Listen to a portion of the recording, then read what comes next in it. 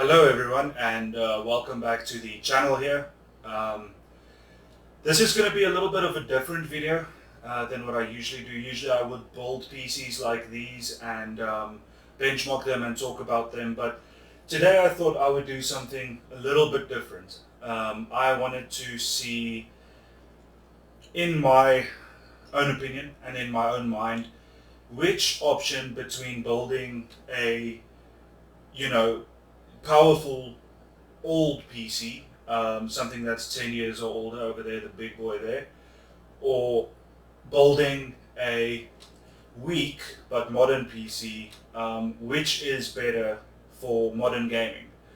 Um, and I think it's not as obvious as you might think.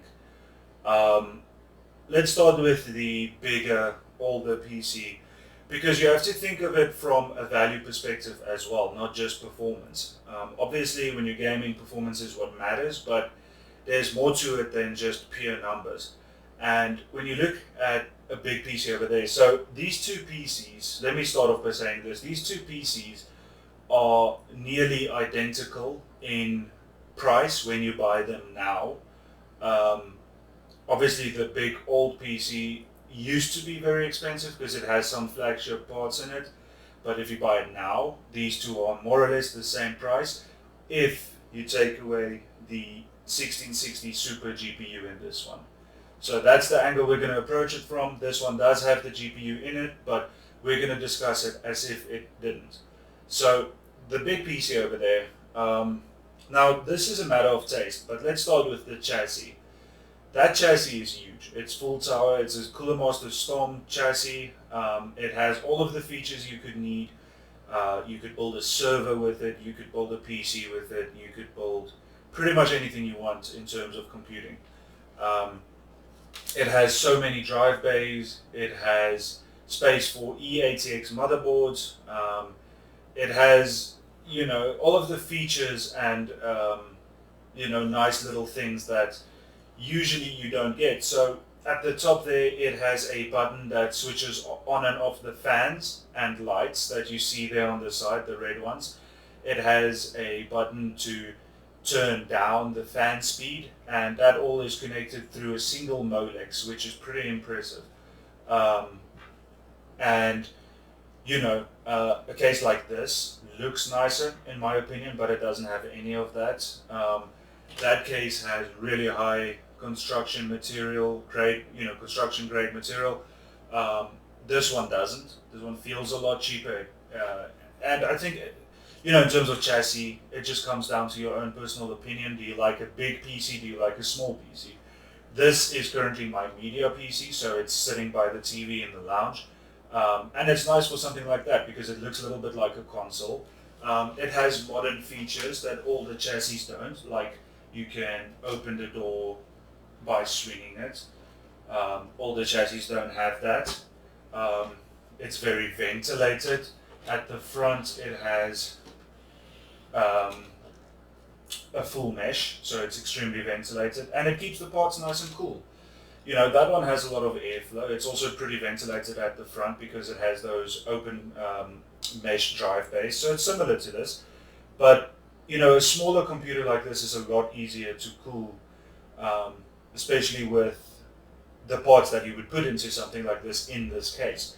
And, like I said, it comes down to personal style.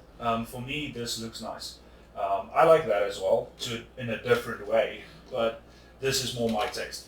And yeah, so it just comes down to what you want, but there's no arguing that the better value comes from the second-hand, larger one. But that's really up to yourself. The other thing is, a small chassis like this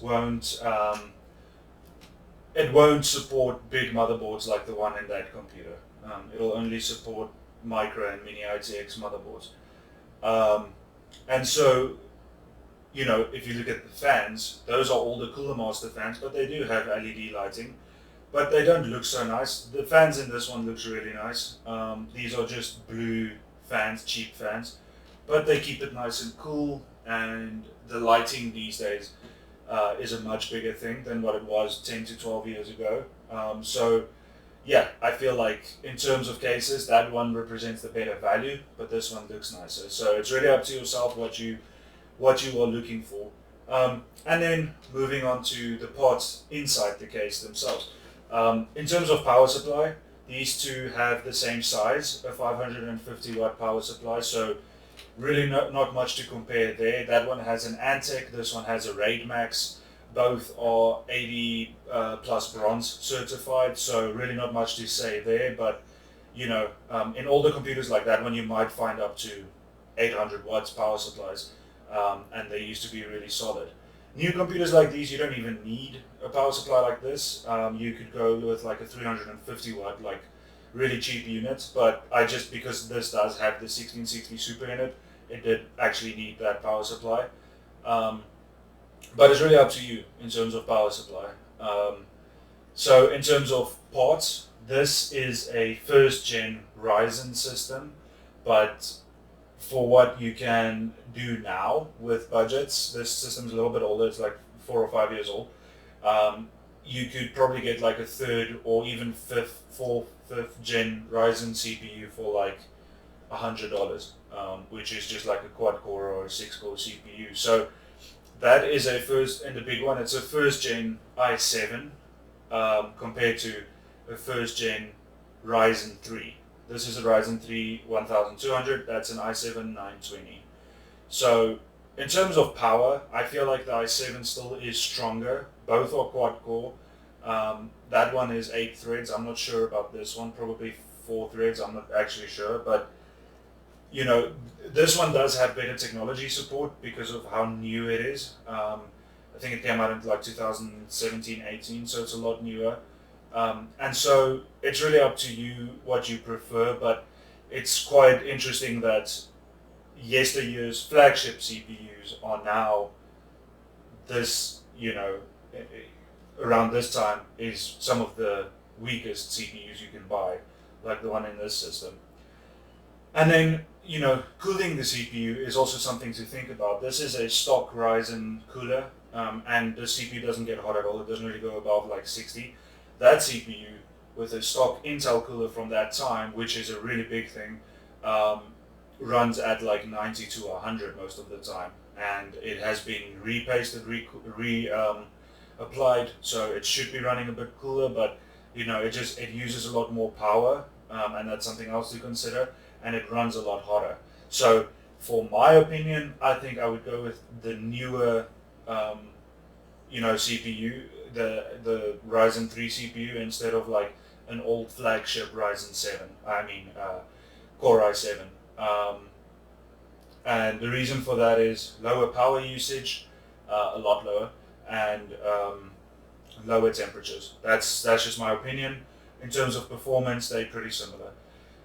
In terms of RAM, this PC over here has 20 gigs of RAM, and that one has 24 gigs. This PC is running at 2666 megahertz. That one is running at 1600 megahertz. So about 1000 megahertz of speed difference between the two. And of course, I would choose this. In terms of price, it's going to cost you about the same. So clear winner in this one for the RAM. It's not as much. It's only 20 gigs. Usually, you would probably only get 16 gigs in a PC like this. It's just I have one 16 gig stick and one 4 gig stick, so I just put it in here. But usually, you would do 16 gigs. But I would take 16 gigs of DDR4 above 24 or even 32 gigs of DDR3, just because of the speed difference. And then, moving on to the visuals, moving on to the graphics. We pretend this doesn't have a 1660 in it, and that has a 960, but you could easily get a 970 or a 980 in a system like that for around the same price. And so, unequivocally, this is going to lose in terms of graphics, and that is going to win by far, the big system. Just because, it's an older graphics card, and APUs are getting better with the Ryzen systems, but they don't come close to what you would get in an old computer. And that's the biggest thing when you're talking about gaming. The CPU matters, the RAM matters, but the GPU is the big boy. That's where it all comes down to. So, it's hard to argue with performance, the one over there. And that's what makes this an interesting argument to be had in the first place. And when in other things apart from performance, newer PCs come with things that older PCs didn't, like Wi-Fi on the motherboards. They come with built-in HDMI, on the motherboard for those APUs. They have nicer features. A lot more USB 3 ports, and even USB-C ports now. So it really does come down to what you need from your computer. So let's just do like a final comparison between the two in terms of value. So the small one, the new one over here, when you buy something like this for yourself now, it'll have a Ryzen 3, 4th, or 5th gen CPU. It's not going to be a 1st or a 2nd gen anymore. And in terms of value, if you take away this graphics card, you could get something like this for around $400 with a 4th or 5th gen CPU. And in terms of value of the older, bigger PC over there, it's going to be the same. It's about $400, but that includes a graphics card. Both of them have 2 terabytes of storage space. This one, of course, has an NVMe that one doesn't support. You can support it with PCI Express cards, but it's not really necessary. It does have an SSD in it, but you would always go for the NVMe, so that's something to consider. But when it comes down to it, in terms of just raw performance, that PC is going to destroy this one if you don't put a graphics card in it. Obviously, with the 1660 Super, it's going to destroy that one, so badly. But that's not the argument. If you think of APUs, this one is going to lose. So that's pretty much the point of this. Would you take an old PC, the big one, with a graphics card, in this case a 960, but it could easily be a 970 or a 980 or even the AMD counterparts, or do you take the new system, but you're going to reach like 30 FPS on games like Rocket League and Counter-Strike, like it's not really going to push anything. So I guess that's what it comes down to. Do you take future upgradability, or do you take something that really you can't upgrade that much anymore, but it games pretty well now? And that's what it comes down to. A PC like the big one is going to play games at 60 plus FPS, even with the 960. A PC like this, without a graphics card, is going to play games at 30 FPS, some games. It's not even going to play modern AAA titles. It's only going to play esports. But you will have the option to put something like a 1660 Super in this. You could put a 1070 in this. You could put whatever you want. You could put an RX 580 in this. Of course, you can upgrade the graphics card in that one as well. But that's only going to take you so far because, it's an older platform. The CPU is outdated. The RAM is slower. And so, it comes down to what you need. And let's just say they're both $400 because that's pretty much what they would cost.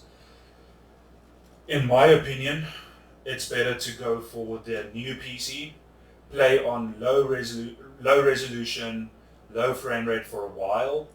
Just play esports titles, play your Valorants, play your CSGOs, play your Rocket Leagues, play your old racing games, and save up and buy yourself a graphics card. That's what I would do. Because eventually you could get something like a 1660 Super that's in this, and then you're good to go. I mean, this is my media PC now, and we play on like a 4K TV. Okay, we don't run the games at 4K, but we play, I'm playing that Star Wars Jedi Survivor game at the moment, and it runs it on max graphics. So, in my opinion, this is the better option, but you would not be wrong to choose the bigger PC either, because you might find it for really cheap. And that's also what it comes down to is, what kind of deal are you getting? Because a cheap secondhand PC like that, if you can get something like that for $300 or even $250, I would say go for it. Because you can play games at 60 FPS now. It plays, in the previous video we did the benchmarking for it. It plays Counter-Strike at above 100 FPS on maximum. It plays Rainbow Six Siege on, and this is all on HD, it plays Rainbow Six Siege on medium settings at like 60 to 100 FPS.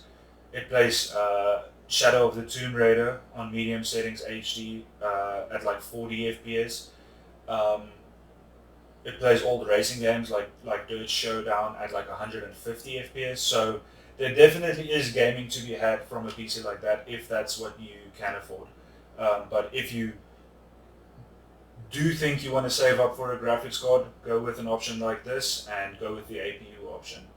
Um, so yeah, hopefully if you are on the fence about something like this, I could help you out in this video a little bit. I'm trying not to ramble so much. I think I repeat myself a lot, but I'm trying to get better at this whole YouTube thing. So yeah, let me know what you think. Let me know if you have any questions, if you agree, disagree, chat with me. I'm here to have a chat with you guys. I would like to, and yeah, just give me some feedback on the videos. Do you like them? Don't you like them? Like and subscribe, and yeah, hopefully you decide to watch more of my videos, follow along with me, and I have a lot more stuff planned. So hopefully I can grow this channel into something that is impactful. Thanks for watching. I hope to see you in the next one. Cheers.